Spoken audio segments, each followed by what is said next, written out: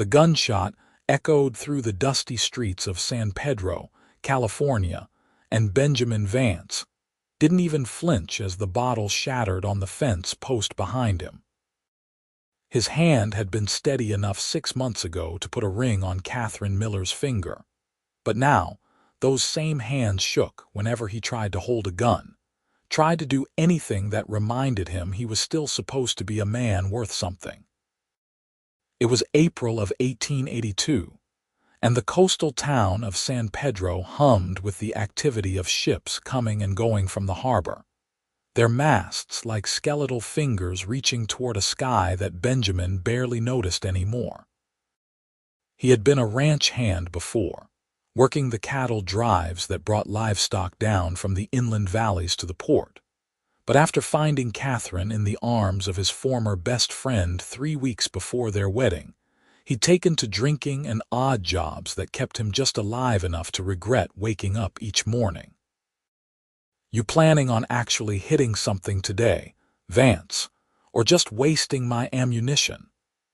The voice belonged to Dutch Carmichael, the owner of the small shooting range on the edge of town where Benjamin had been trying to remember how to be the man he used to be.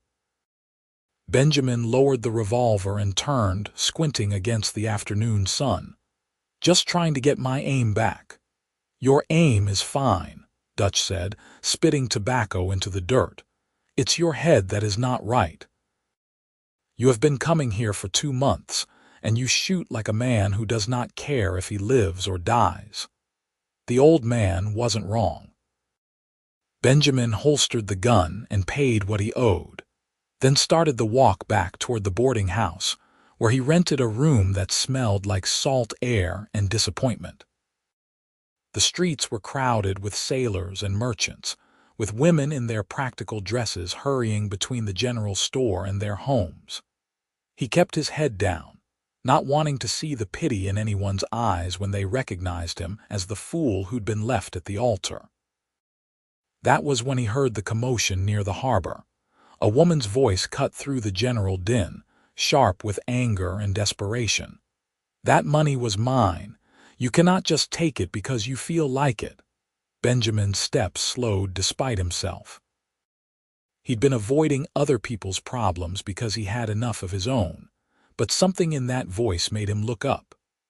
A woman stood in front of the harbor master's office, her dark hair pulled back in a braid that had come half undone, her brown dress dusty from travel.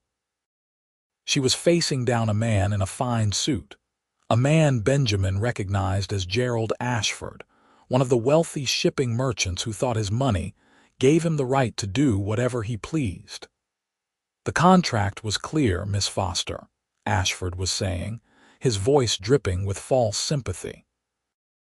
"Your father borrowed money from me to fund his last shipping venture. He put up your family's property as collateral. When his ship went down, the debt became due immediately." "My father is dead," the woman's voice cracked, but she didn't back down. "He died on that ship trying to make your fortune bigger, and now you want to take everything my mother and I have left. Business is business, my dear. Perhaps if you were more amenable to certain arrangements, we could work something out." Ashford reached out as if to touch her face, and Benjamin felt something hot and sharp cut through the fog that had surrounded him for months. His feet were moving before his brain caught up, and suddenly he was between them, his hand clamped around Ashford's wrist. The lady said no. Ashford's face went red. "This is none of your concern, Vance. Everyone knows you are nothing but a drunk these days." "Maybe so," Benjamin said, his voice quiet but hard. "But I am a drunk who knows the difference between a business deal and a man trying to cheat a woman out of her property." The woman, Miss Foster, was staring at him with wide eyes the color of honey in sunlight. Up close, he could see the exhaustion in her face, the way her shoulders were set with the kind of rigid control that came from holding yourself together when everything inside was breaking apart. He knew that posture because he wore it himself every single day. "You have no idea what you are interfering with," Ashford hissed, jerking his hand free. This matter is between Miss Foster and myself. Then show her the contract, Benjamin said. Right here, right now. Let everyone see exactly what her father signed. A crowd had gathered, and Ashford looked around at the curious faces with barely concealed irritation. This is not the place for business discussions. Funny how it was the perfect place until someone asked to see proof, Benjamin said. He turned to the woman. Miss Foster, do you have a copy of anything your father signed? She shook her head, frustration and grief warring in her expression. He kept all the business papers on the ship. Everything went down with him. How convenient for Mr. Ashford, Benjamin said, loud enough for the crowd to hear. A ship goes down, a man dies, and suddenly the only record of the debt is whatever Ashford says it is. How dare you? Ashford's hand moved toward his coat, and Benjamin tensed, but the merchant just pulled out a folded paper. Here is the contract, signed and witnessed. $5,000 borrowed with the Foster property as collateral. It is all legal and proper. Benjamin took the paper and studied it, though his hands wanted to shake. The contract looked legitimate enough, but something about it nagged at him. This says the debt was not due until the shipping venture either succeeded or failed completely. How do you know the venture failed? The ship went down, but the cargo might still be salvageable. Miss Foster's head snapped up. The ship went down in shallow water near the point. My father was bringing in a load of lumber and supplies from San Francisco, if the cargo is still there. Then the venture has not technically failed, Benjamin finished, which means the debt is not due yet. Ashford's face had gone from red to nearly purple. The ship is wrecked. The cargo is at the bottom of the ocean. Maybe, Benjamin said. Or maybe it is just in shallow water waiting to be recovered. Either way, according to your own contract, Miss Foster has time to try to salvage it before you can claim her property. The crowd was murmuring now, and Benjamin could see the calculation in Ashford's eyes. The man was powerful, but he also cared about his reputation, and too many witnesses had heard this exchange. Finally, Ashford snatched the contract back. Fine. You have 1 month, Miss Foster. 1 month to recover that cargo and pay what is owed. But when you fail, I will take not just the property but compensation for my time as well. He turned and stalked away, his boots loud on the wooden boardwalk. The crowd dispersed, going back to their business, and Benjamin suddenly felt the weight of what he'd just done. He'd stepped into someone else's problem without thinking, had stood up for a woman he didn't even know, and now here they were, standing in the dusty street staring at each other. Thank you, Miss Foster said finally. I do not even know your name. Benjamin Vance. He touched the brim of his hat, a gesture from his old life that came automatically. Though Ashford was right about one thing, I am not much use to anyone these days. You were useful to me just now, she said. There was something direct in her gaze, an honesty that made him uncomfortable because it felt like she could see right through all his defenses. I am Natalie Foster. I heard, he said. And I heard about your father. I am sorry for your loss. Her jaw tightened. Everyone is sorry. But sorry does not bring him back, and it does not save my mother's home. She looked out toward the harbor, where the masts of ships swayed gently. I do not suppose you know anything about salvaging sunken cargo. Benjamin let out a surprised laugh, the first real sound of humor he'd made in months. I know about cattle and ropes and not much else. Ropes might be useful, Natalie said. She was still looking at the harbor, but he could see her mind working behind her eyes. The water where the ship went down is not deep, maybe 20 feet at most. If we could get divers or even just someone willing to go down with ropes and hooks. That is going to cost money, Benjamin pointed out. Do you have any? The look she gave him was answer enough. Everything I had went to burying my father, and keeping my mother fed these past 2 weeks. Ashford made sure no one in town would extend us credit, and most of my father's friends disappeared as soon as they heard about the debt. Benjamin recognized that bitterness in her voice. It was the same bitter knowledge that had filled him when half the town had looked at him with pity and the other half had whispered that Catherine must have had good reasons for what she did. When people thought you were broken, they stopped seeing you as someone worth standing beside. "Where are you staying?" he asked. "A room above the general store. Mrs. Patterson took pity on my mother and me, gave us a place in exchange for me working in the store." Natalie finally looked back at him, and he saw the exhaustion there, the bone-deep weariness of someone who'd been fighting alone for too long. "Why did you help me? You do not know me." Benjamin thought about that. He thought about Catherine, and the way she'd looked at him when he'd found her with Daniel, like Benjamin had been the one to betray her somehow. He thought about the months of drinking and emptiness, of feeling like there was nothing left inside him worth saving. And he thought about the moment when he'd heard Natalie's voice and felt something stir in the dead place where his heart used to be. "Because someone should," he said finally, "and because Ashford is a bastard who deserves to lose." That surprised another sound from Natalie, something that might have been a laugh if it had not been so weighted with sorrow. "Those are good reasons, I suppose." She held out her hand, formal and businesslike. "If you are serious about helping, I could use someone who is not afraid to stand up to men like Ashford." Benjamin looked at her outstretched hand. Touching her, even in this simple way, felt like a step towards something he wasn't sure he was ready for. But he'd already stepped in, had already put himself between her and Ashford, so maybe it was too late for caution. He shook her hand. Her grip was firm, her palm calloused from work. "I will help however I can, Miss Foster." "Natalie," she corrected. "If we are going to try to salvage a sunken ship together, we should probably use first names." "Benjamin," he said. "Or Ben, if you prefer." "Benjamin sounds better," she said, and there was the smallest hint of a smile at the corner of her mouth. "Ben sounds like a boy's name, and I need a man who can help me fight." They stood there for another moment, hands still clasped, and Benjamin felt something shift inside him.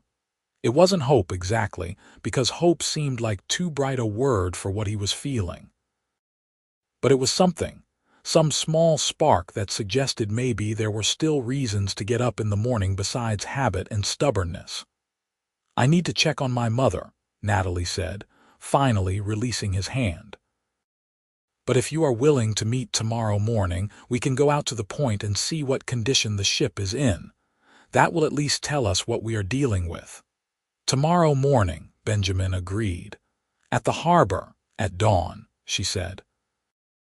"Before Ashford has a chance to send anyone to interfere." She walked away then, her back straight despite the weight she was carrying, and Benjamin watched her go until she disappeared into the general store. Only then did he realize that his hands had stopped shaking. The room above the saloon where Benjamin rented space was exactly as he'd left it that morning.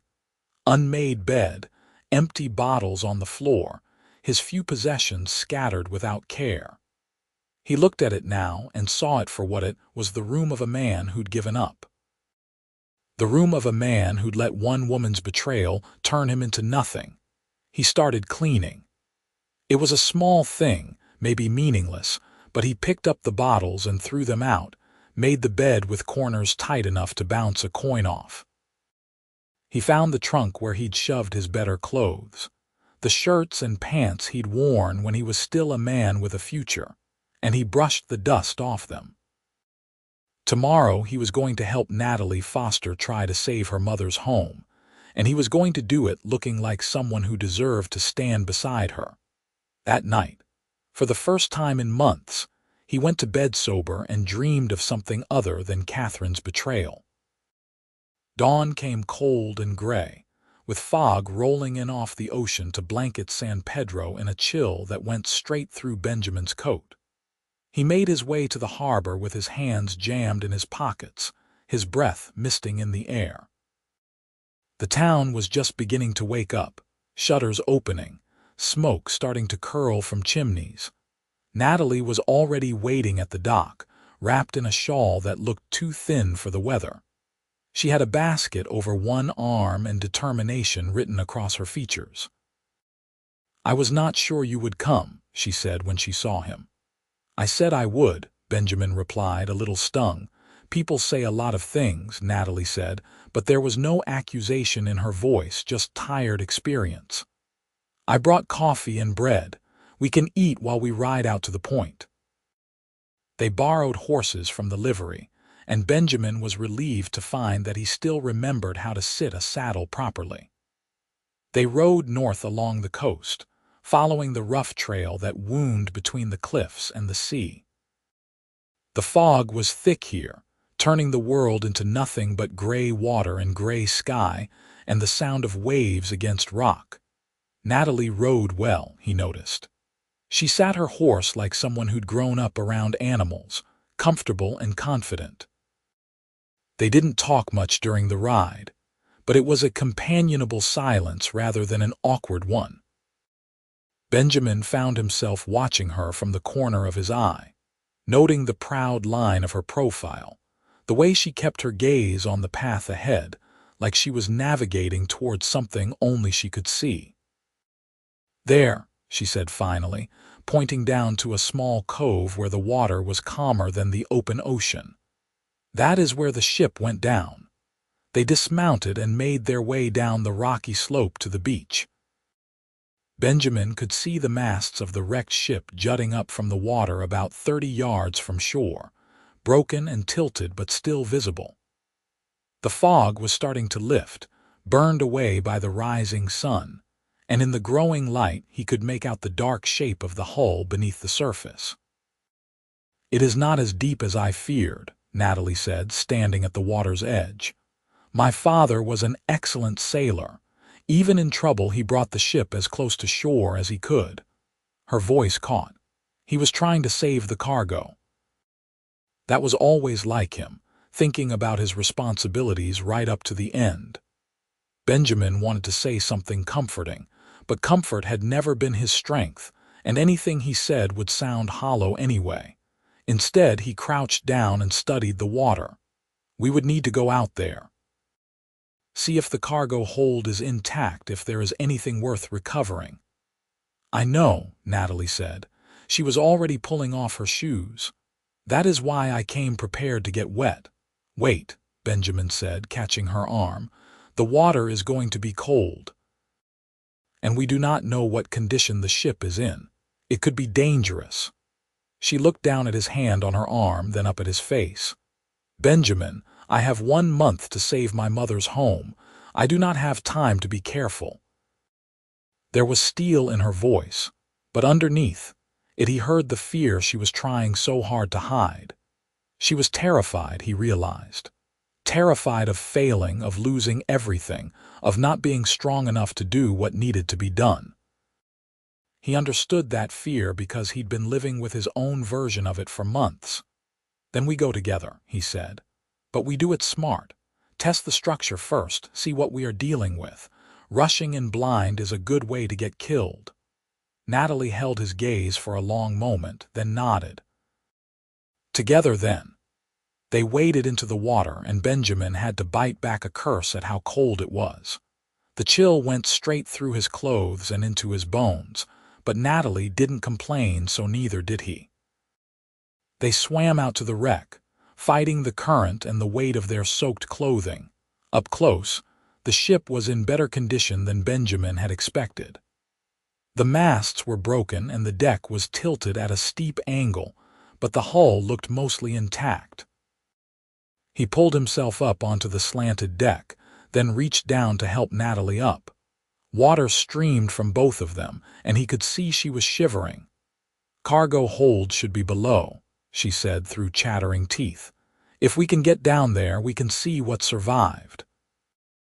The hatch to the hold was stuck, swollen shut by water, but Benjamin managed to force it open with a piece of broken timber used as a lever. Below was darkness, and the smell of salt water and wood rot. He found a rope still secured to the mast, and used it to lower himself down, dropping the last few feet to land in water that came up to his thighs. "What do you see?" Natalie called from above. Benjamin's eyes were adjusting to the dim light filtering through the hatch. The hold was partially flooded, but he could make out stacks of lumber still secured with rope, barrels that might contain supplies, crates that were sealed with tar. "A lot," he called back. "More than I expected. Some of it is definitely salvageable." Natalie was beside him a moment later, having climbed down the rope with impressive speed. She was staring around the hold with wide eyes, and he saw hope spark there for the first time. "This is more than enough. If we can get even half of this to shore, we can sell it and pay Ashford." "Getting it to shore is going to be the problem," Benjamin said. He was already thinking through the logistics. "We need equipment, people to help, a way to transport everything. None of that is going to be cheap." The hope in Natalie's eyes dimmed. "I told you I do not have any money." "But I know people who might help," Benjamin said slowly. He was thinking of the men he'd worked cattle drives with, rough men who cared more about loyalty than money. "And I have some saved. Not much, but enough to rent equipment for a few days." "I cannot ask you to spend your money on this," Natalie protested. "You are not asking. I am offering." Benjamin met her eyes in the dim light of the hold. "I know what it is like to have everything taken from you by someone who does not care about the destruction they leave behind. If I can help stop that from happening to you, then that is what I am going to do." Natalie was quiet for a long moment, studying him with an intensity that made him want to look away. "Why?" she asked finally. "You keep helping me and I do not understand why. What are you getting out of this?" It was a fair question, and one Benjamin had been asking himself. What was he getting out of this besides cold water and the certainty that he was probably going to lose what little money he had saved? But standing there in the flooded hold of a wrecked ship, with this fierce, stubborn woman looking at him like she could see past all his broken pieces, he realized the answer. "A raisin," he said quietly. "I have spent the past few months not caring about anything, not wanting anything, just existing because I did not have the courage to stop. But helping you, it feels like maybe I can still be someone worth something. Maybe I can still do something that matters." Natalie's expression softened and she reached out to touch his arm. It was a simple gesture, but it felt like an anchor, like something solid he could hold on to. "Someone hurt you," she said. It was not a question. "My fiancée," Benjamin said. The words came easier than he'd expected. "I found her with my best friend 3 weeks before our wedding. Turns out they had been together for months, and she was only with me because her father wanted her to marry someone with good prospects. When a better offer came along, she dropped me without a second thought." "I am sorry," Natalie said, and he could hear that she meant it. "That is a terrible betrayal." "What happened to your father?" Benjamin asked. "The ship going down, I mean. Was it really an accident?" Natalie's hand dropped from his arm and her expression closed off. "I do not know. My father was an experienced sailor. He had made that trip dozens of times. But the night the ship went down, there was a storm, and witnesses said the ship seemed to be off course, heading toward the rocks instead of away from them."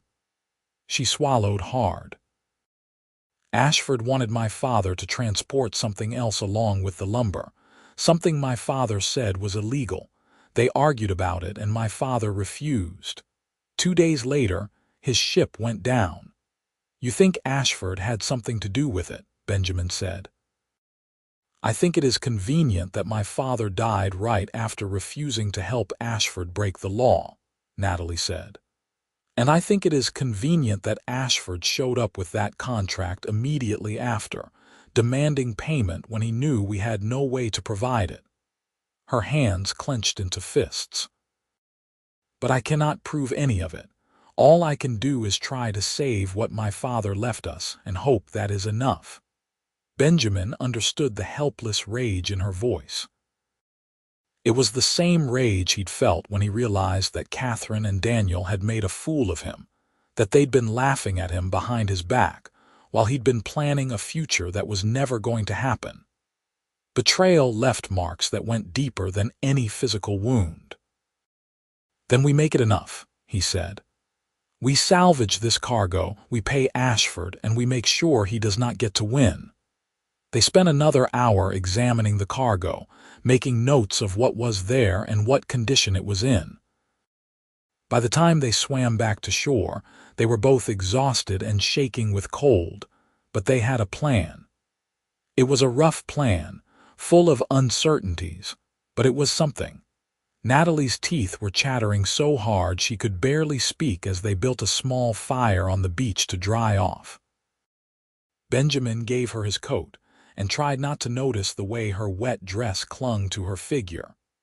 He focused on the fire instead, on feeding it driftwood until it was hot enough to drive some of the chill from their bones. "Thank you," Natalie said when she could finally talk without her teeth clicking together, "for coming out here with me, for believing this is possible." "Thank you for giving me something to believe in," Benjamin said. He meant it. For the first time since Catherine had destroyed his future, he felt like he had a purpose, something beyond just getting through each day. They rode back to San Pedro in the afternoon light, both of them quiet but no longer in that comfortable silence from the morning. Now there was something else between them, something unspoken but present, like the spark that had flickered to life in the dark of the ship's hold was still burning. Over the next 2 weeks, Benjamin threw himself into the salvage operation with an intensity that surprised even him. He used his savings to rent a barge and equipment, and he called in favors from every man he'd ever worked with. Some of them came through, showing up at the harbor at dawn to help dive and haul cargo up from the wrecked ship. Others turned him away, uncomfortable with helping someone who was associated with the town drunk. Benjamin tried not to let those rejections sting, but they did. Each closed door was a reminder of how far he'd fallen, of how much of his old life he'd burned away in the bottom of a whiskey bottle. But Natalie never looked at him like he was broken. She worked beside him every day, diving into the cold water, hauling rope, keeping careful inventory of everything they recovered. She was tireless, driven by a determination that both inspired and humbled him. And slowly, as they worked together, he started to learn the pieces of who she was beyond the fierce woman who'd been fighting Ashford in the street. She told him about growing up in San Pedro, about how her father had taught her to sail before she could read, about the mother who was waiting anxiously at home for news that they might save their property. She told him about the man she'd been engaged to, a merchant sailor named Robert who'd promised her everything, and then disappeared with her dowry money the day before their wedding. "So you see," she said one evening as they sat on the beach watching the sun set over the water, both of them too exhausted to move yet. "I understand about betrayal. I understand what it feels like to trust someone completely and have them prove you were a fool for it." Benjamin looked at her profile in the fading light, at the sad determination there. "You are not a fool," he said. "Neither of us are. We just loved people who were not worthy of it." "Is that what you think?" Natalie turned to face him. "That we were not fools, just unlucky?" "I think we were human," Benjamin said. "We wanted to believe in something good and we got hurt because of it. That does not make us fools. It just makes us human." Natalie was quiet for a long time, her gaze distant. "I told myself I would never trust anyone again after Robert. That I would never let anyone close enough to hurt me like that again." "I told myself the same thing," Benjamin admitted. "After Catherine, I figured I was done with caring about anyone or anything. But here we are, Natalie said softly, caring about this, about saving my mother's home. About each other, maybe. Benjamin's heart kicked hard in his chest. They had been dancing around this for 2 weeks now, this thing that was building between them with every shared sunrise, every moment of working side by side. He wanted to reach for her, wanted to close the distance between them and see if she tasted like salt air and determination. But he was terrified of being hurt again, terrified of trusting his judgment when it had already failed him so spectacularly once before. Maybe, he said finally, and the word came out rough. Natalie smiled, sad and understanding. It is frightening, is it not, feeling something again after you have been so hurt? Terrifying, Benjamin agreed. But also a little bit wonderful, Natalie said. She reached out and took his hand, lacing her fingers through his. I have been numb for so long, Benjamin. Ever since Robert left, I have just been going through the motions of living without actually feeling anything. But these past 2 weeks, working with you, talking with you, I have started to feel things again. And yes, it is scary, but it is also the most alive I have felt in over a year. Benjamin squeezed her hand, afraid to speak because he might say something foolish, might admit how much he was starting to care about her, how much he looked forward to seeing her each morning, how much her smile had started to mean to him. They sat like that as the sun sank below the horizon and the stars began to emerge, hands clasped, neither of them ready to name what was happening between them, but both of them willing to hold on anyway. By the end of the 3rd week, they had salvaged almost all the cargo from the ship. The lumber was drying on the dock. The supplies had been inventoried, and Benjamin had found a buyer who was willing to pay a fair price for everything. It was not quite enough to cover the full debt to Ashford, but it was close, and Natalie's mother had managed to scrape together some additional money from selling family heirlooms. We are going to make it, Natalie said one afternoon, looking at the tallied numbers with wonder in her eyes. Benjamin, we are actually going to save the house. Benjamin felt a surge of pride and relief so strong it almost knocked him over. They had done it. Against the odds, against Ashford's certainty that they would fail, they had salvaged enough to pay the debt and keep Natalie's family home. He wanted to celebrate, wanted to pull Natalie into his arms and spin her around until they were both dizzy with joy. But before he could do any of that, Ashford appeared on the dock with 2 men Benjamin didn't recognize. They were hard-looking individuals with guns on their hips and expressions that said they were used to violence. "Miss Foster," Ashford said, his voice smooth as oil. "I have been hearing such interesting reports about your salvage operation. Quite impressive, really. But I am afraid there has been a complication." "What complication?" Natalie demanded, stepping forward. Benjamin moved with her, positioning himself between her and Ashford's hired guns. Ashford pulled out a paper from his coat.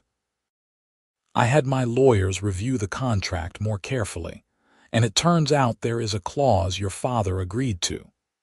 Any cargo salvaged from a wreck is subject to salvage fees, which in this case amount to 40% of the recovered value. Since the cargo you have salvaged belongs to my contract, those fees are owed to me before the debt can be settled." "That is impossible," Natalie said, her voice shaking with fury. "You are making that up." "It is right here in the contract," Ashford said, holding up the paper. "Perhaps your father did not read the fine print carefully enough. Such a tragedy." Benjamin felt rage building in his chest, hot and fierce. "You bastard! You have been planning this all along, have you not? You let us do all the work of salvaging the cargo so you could swoop in at the end and take everything." "I am simply enforcing the terms of a legal contract," Ashford said, but there was satisfaction in his eyes. You have 3 days to pay the salvage fees plus the original debt, Miss Foster. Otherwise, I will be forced to seize your property and this cargo as compensation. We cannot possibly raise that much money in 3 days, Natalie said, and Benjamin heard the despair creeping into her voice. You know that. Then perhaps you should have read the contract more carefully before attempting this foolish salvage operation, Ashford said. He tipped his hat with mock courtesy. 3 days, Miss Foster. I suggest you start making arrangements. He walked away with his 2 thugs flanking him, and Benjamin had to grab Natalie's arm to keep her from going after them. She was shaking with rage and grief, tears streaming down her face. He wins, she said, her voice breaking. After everything we did, after all the work, he still wins. No, Benjamin said fiercely. He does not win. We will find a way. There is no way, Natalie cried. We salvaged everything we could from the ship. There is nothing left. He has beaten us. Benjamin pulled her into his arms, and she collapsed against him, sobbing into his chest. He held her while she cried, fury and helplessness warring inside him. Ashford had played them perfectly, had let them exhaust themselves and spend their resources on the salvage operation only to snatch victory away at the last moment. But as he held Natalie and felt her grief soaking into his shirt, Benjamin realized something. He realized that he would do anything to keep her from losing her home. He realized that somewhere in the past 3 weeks, she had become more important to him than his own safety, his own comfort, his own broken heart. He realized he was in love with her. The thought should have terrified him, but instead it filled him with a clarity he had not felt since before Catherine's betrayal. He loved Natalie Foster. He loved her determination and her strength and the way she fought for what mattered. He loved her for seeing him as someone worth believing in when he had not believed in himself, and he was not going to let Ashford destroy her. Natalie, he said, pulling back enough to look at her tear-stained face. Listen to me. We are not done fighting. Ashford thinks he has won, but he has made a mistake. What mistake? Natalie asked hopelessly. He assumed we would give up, Benjamin said. He assumed we would be too tired, too defeated to keep fighting, but he does not know us. He does not know what we are capable of when we fight together. What can we possibly do? Natalie asked, but he could see a spark of hope kindling in her eyes. Benjamin thought fast. The contract. He said there is a clause about salvage fees. But if we can prove that clause was added after your father signed the original contract, or that it is fraudulent somehow, we can challenge it. How do we prove that? Natalie asked. We need to find someone who witnessed the original signing, Benjamin said. Or find another copy of the contract, one without that clause. Your father must have had records, papers, something. Everything went down with the ship, Natalie said, but then her expression changed. Wait. My father kept copies of important documents with his lawyer in Los Angeles. He always said you should never trust one copy of anything important. If we could get to Los Angeles, we might be able to find a copy of the original contract. Los Angeles is 2 days' ride, Benjamin said. We would need to leave immediately to make it there and back in 3 days.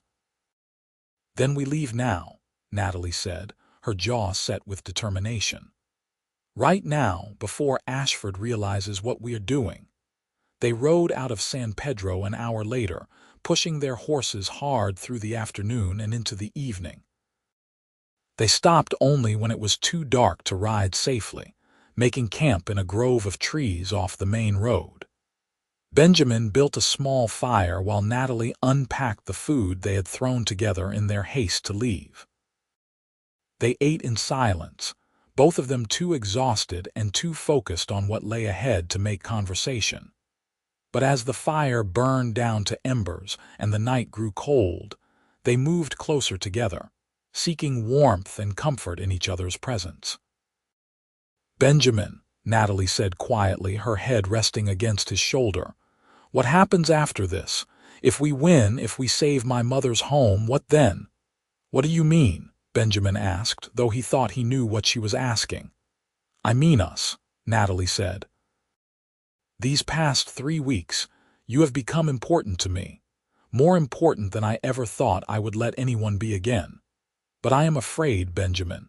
I am afraid of trusting this, of trusting us, and then having it fall apart the way everything else has." Benjamin was quiet for a long moment, staring into the dying fire. "I am afraid too," he admitted. "Catherine destroyed something in me when she betrayed me. She made me doubt everything I thought I knew about love and trust, and whether I was worth loving. And then you came along and you made me feel things again, made me want things again. It terrifies me, Natalie, the thought of opening myself up to that kind of pain again." "So what do we do?" Natalie asked, turning to look up at him. Benjamin met her eyes, seeing his own fear and hope reflected there. "We trust each other," he said simply. "Not blindly, not without caution, but we trust that what we have found together is real. We trust that we are both strong enough and brave enough to be honest with each other, to not hurt each other the way we have been hurt before." "Can people really learn to trust again after being betrayed the way we were?" Natalie asked. "I think we can learn to trust the right person," Benjamin said. He reached up to cup her face in his hand, his thumb brushing away a tear that had escaped down her cheek. "And I think you might be the right person for me, Natalie Foster." "I think you might be the right person for me too, Benjamin Vance," Natalie whispered. He kissed her then, soft and careful, like she was something precious he was afraid of breaking. She kissed him back, her hands coming up to tangle in his hair, and for a long moment the rest of the world fell away. There was no Ashford, no debt, no fear of betrayal.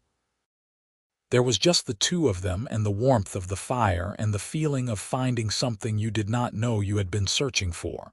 When they finally pulled apart, both breathing hard, Natalie rested her forehead against his. "I am still afraid," she admitted. "So am I," Benjamin said. "But I would rather be afraid with you than safe and alone." They held each other through the night, taking turns keeping watch and sleeping wrapped in each other's arms. When dawn came, they were stiff and cold but ready to ride again. They pushed hard all through the second day, stopping only to rest the horses and eat a quick meal. They reached Los Angeles late in the afternoon, a bustling city that made San Pedro look like a small outpost. Natalie led them through the crowded streets to a modest office building where her father's lawyer, a man named Samuel Garrett, kept his practice. Garrett was a thin man with spectacles and ink-stained fingers, and his face lit up with surprise and concern when he saw Natalie. "Miss Foster, I heard about your father. I am so very sorry. He was a good man." "Thank you, Mr. Garrett," Natalie said, "but I need your help urgently. Do you have a copy of the contract my father signed with Gerald Ashford, the one for the lumber shipping venture?" Garrett frowned. "I have copies of all your father's contracts. Let me check." He disappeared into a back room and emerged a few minutes later with a dusty folder. "Here it is, signed 4 months ago, witnessed by myself and by Ashford's assistant." Natalie took the contract with shaking hands and read through it quickly, Benjamin looking over her shoulder. They found the clause about the cargo and the debt terms, but there was no mention of salvage fees. "This is different from the contract Ashford showed us," Benjamin said, excitement building in his chest. "The one he has includes a clause about salvage fees, but this original does not have that clause." "Ashford forged a new contract," Natalie said, fury and triumph mixing in her voice. "He added that clause after my father died, knowing we would not have access to the original to compare." "That is fraud," Garrett said, his expression grave. "If you can prove that Ashford is using a falsified contract to collect a debt, he could face serious legal consequences. "We can prove it," Benjamin said. "We have a witness who saw the contract Ashford is using, and we have this original. That should be enough for a judge." "It should be," Garrett agreed. "But you need to act quickly. Ashford is powerful and he has connections. If he realizes what you have discovered, he might try to make the evidence disappear." They left Garrett's office with the original contract safely tucked away and rode through the night to get back to San Pedro. Neither of them slept, both too focused on getting back before the 3-day deadline expired. They arrived at dawn on the third day, exhausted and filthy from the hard ride but triumphant. Ashford was waiting at the harbor master's office, looking smug and satisfied. His expression changed when he saw Natalie and Benjamin walking toward him with purpose in their steps. "Miss Foster," he said smoothly, "I assume you have come to concede defeat and sign over the property." "Not quite," Natalie said. She pulled out the original contract and held it up. "I have the real contract here, Mr. Ashford, the one my father actually signed, and it does not include any clause about salvage fees." Ashford's face went pale. "I do not know what you are talking about." "I think you do," Benjamin said. "You forged a new contract after Captain Foster died, adding clauses that were never part of the original agreement. That is fraud, Ashford, and we have a lawyer who will testify to the authenticity of this original contract." A crowd was gathering, drawn by the confrontation. Ashford looked around at all the witnesses, and Benjamin could see him calculating his options. Finally, the merchant's shoulders slumped in defeat. "Fine," he said through gritted teeth. "The original debt stands, no salvage fees." "And no more harassment of the Foster family," Benjamin added. "You will take your payment from the sale of the salvaged cargo, and then you will leave them alone." Ashford's eyes were full of hate, but he nodded. "Agreed." The transaction was completed that same day, with the harbor master serving as witness. The salvaged cargo was sold, the debt was paid in full, and the Foster property was secured. Natalie's mother cried with relief when they brought her the news, embracing both Natalie and Benjamin like they were her saviors. In the days that followed, life began to settle into a new normal. Benjamin moved out of his room above the saloon and took a job as foreman at one of the ranches outside town. Honest work that made him feel like himself again. He and Natalie courted properly, with Sunday dinners at her mother's house and long walks along the beach. 2 months after they saved the house, on a warm June evening in 1882, Benjamin took Natalie back to the beach where they had first explored the wrecked ship together. The sun was setting, painting the sky in shades of orange and pink, and the waves were gentle against the shore. "Natalie," he said, taking both her hands in his, "these past few months with you have taught me something important.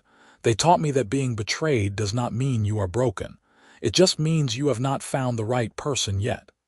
"Benjamin," Natalie said softly, tears shining in her eyes. "You are the right person for me," Benjamin continued. "You are brave and strong and stubborn as hell, and you make me want to be better than I was. You make me believe that I am worth something, that we both are, and that what we have together is worth fighting for. So I am asking you, Natalie Foster, will you marry me? Will you trust me with your heart and let me trust you with mine?" Natalie was crying openly now, but she was smiling too. "Yes," she said. "Yes, Benjamin Vance, I will marry you. I will trust you and I will love you, and together we will build something neither of us could have built alone."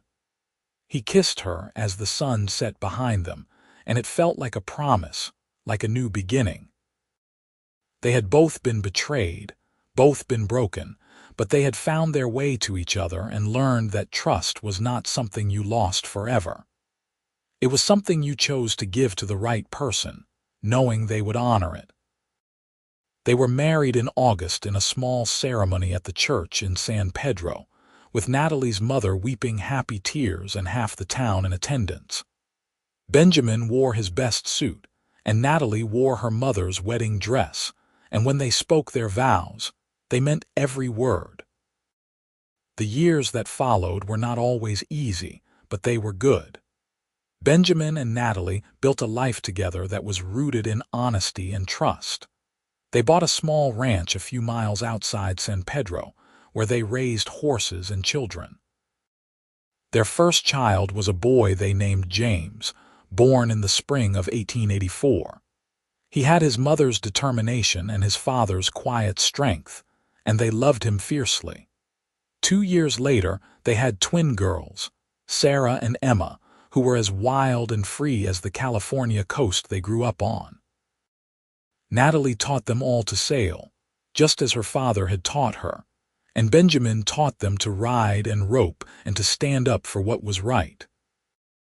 Natalie's mother lived with them until her peaceful death in 1895, and with her last breath, she told Natalie how proud she was, how grateful she was that her daughter had found someone who saw her worth.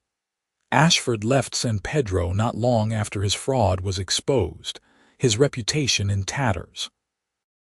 They heard he went east, trying to start over where no one knew his name. Neither Benjamin nor Natalie wasted much time thinking about him. They were too busy building their future together. On their 20th wedding anniversary, Benjamin and Natalie returned to the beach where he had proposed. They were older now, with gray threading through their hair and lines on their faces from years of laughter and sun. Their children were grown or nearly so, making their own ways in the world. "You remember?" Benjamin asked, standing at the water's edge with his arm around Natalie's waist. "I remember everything," Natalie said, leaning into him. "I remember being so afraid that I would never be able to trust anyone again. I remember thinking that love had made a fool of me once and I would never let it happen again." "And now?" Benjamin asked. "Now I know that I was not a fool for loving Robert," Natalie said. "I was only a fool if I had let his betrayal stop me from loving you, the same way you would have been a fool to let Catherine stop you from loving me." "We learned to trust again," Benjamin said. "Together." "Together," Natalie agreed. She turned in his arms to face him, her honey-colored eyes still as bright as they had been that first day on the docks. "And we will keep learning, keep trusting for the rest of our lives." They stood on that beach as the sun set, the same sun that had set on their first kiss, on their wedding day, on 1,000 ordinary moments that had made up their extraordinary life together. They had been betrayed, both of them, had their hearts broken and their trust shattered. But they had found each other in the wreckage, had chosen to be brave enough to love again. And in doing so, they had built something stronger than either of them could have imagined. Behind them, back at the ranch, their children were waiting. James was home from his work at the harbor, where he was building his own reputation as an honest businessman. Sarah was preparing dinner, bossy and efficient like her mother. Emma was out with the horses, gentle and patient like her father. The house they had built together was full of life and love and the promise of more generations to come. Benjamin and Natalie walked back to their horses hand in hand, the same way they had faced every challenge in their 20 years together. Not because either of them was fearless, but because they had learned that fear was just something you walked through when you had the right person beside you. They had learned to trust again, not blindly or foolishly, but with open eyes and open hearts. They had learned that betrayal was not the end of love, just the end of the wrong love. And they had learned that sometimes the best things in life came after the worst things, if you were brave enough to keep believing. As they rode back toward their ranch in the gathering twilight, Natalie said, "Benjamin, do you have any regrets?" He thought about that question, about Catherine and the man he had been before she betrayed him, about the months he had spent drinking and lost. He thought about pain and anger and the slow, difficult work of healing. And then he thought about Natalie, about their children, about the life they had built from the ruins of their separate heartbreaks. No, he said finally. No regrets, because everything, even the painful parts, led me to you. Natalie smiled, that same fierce, beautiful smile that had captured his heart all those years ago on a dusty street in San Pedro. No regrets for me either, she said. Only gratitude that we were both brave enough to try again. They rode home together as the first stars appeared in the darkening sky. Two people who had been broken and betrayed, but had found their way to wholeness through each other. Two people who had learned that trust was not something you lost forever when someone broke it, but something you could rebuild, stronger and deeper than before, with the right person by your side.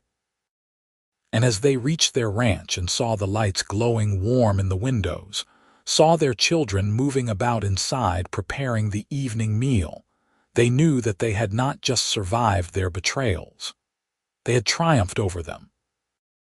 They had built a love that was real and lasting, forged in pain but refined by joy, and it would endure for all the years they had left together. Their story was not about how they were betrayed, but about how they chose to love again anyway.